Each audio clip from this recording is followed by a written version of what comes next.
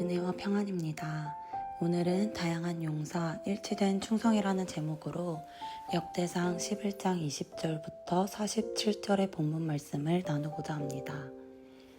역대상 11장은 사울 왕이 죽은 후 하나님께서 기름 부으시고 왕으로 세우신 다윗과 그와 함께 나라를 세우고 강성케 했던 30인의 용사들에 대한 기록입니다.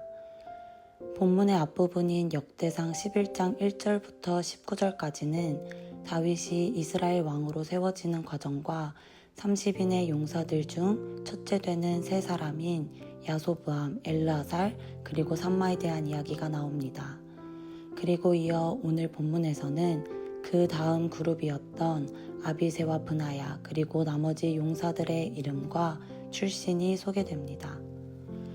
오늘 본문을 통해 우리는 하나님께서 이 땅 가운데 하나님의 나라를 어떻게 세워가시는가를 함께 살펴보고자 합니다.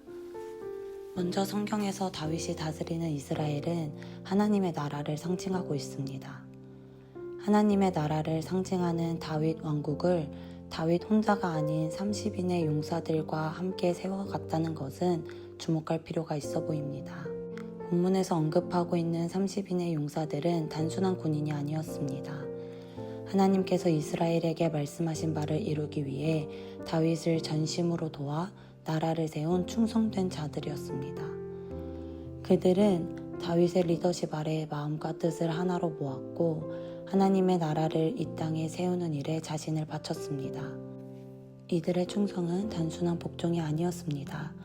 앞에 본문에서 다윗이 블레셋 군대가 점령했던 베들레헴 성문 곁에 있는 우물의 물이 마시고 싶다고 했을 때 즉시 목숨을 걸고 적진을 뚫고 들어가 그 물을 길어온 야소브암과 엘르아살 그리고 삼마를 통해 다윗을 향한 용사들의 사랑과 충성이 얼마나 순수하고 철저한지를 볼 수 있습니다. 한 가지 더 주목하여 볼 것은 이 30인의 명단에는 이방인 출신도 포함되어 있다는 것입니다. 하나님의 나라는 혈통이나 배경 혹은 다른 어떠한 조건이 중요하지 않다는 것을 알 수 있습니다. 하나님의 나라는 말씀의 뜻을 함께하는 자들의 공동체에 있습니다.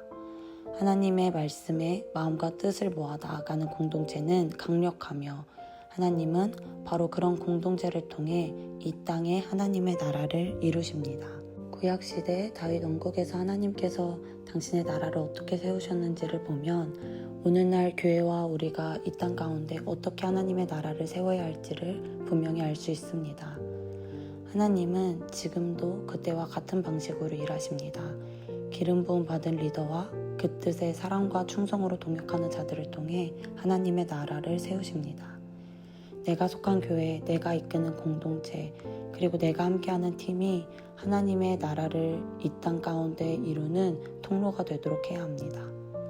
예수님께서도 이 땅에서 12제자를 세우시고 그들과 한 마음과 뜻으로 사역하시며 하나님의 나라를 이루셨습니다. 우리도 마찬가지입니다.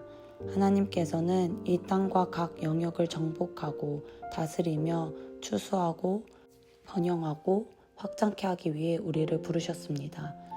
다윗과 용사들처럼 그리고 예수님과 그의 제자들처럼 마음과 뜻을 하나로 모아 하나님의 나라를 세우는 충성된 동역자가 되시길 축복합니다. 오늘 하루도 예수 그리스도가 머리 되신 교회 안에서 하나님께서 세우신 리더십 아래 사랑과 충성됨으로 뜻을 함께 모으시며 각자의 부르심의 땅에서 함께 하나님의 나라를 실제적으로 이뤄갈 공동체를 세워가시는 여정이 되시길 축복합니다. 감사합니다.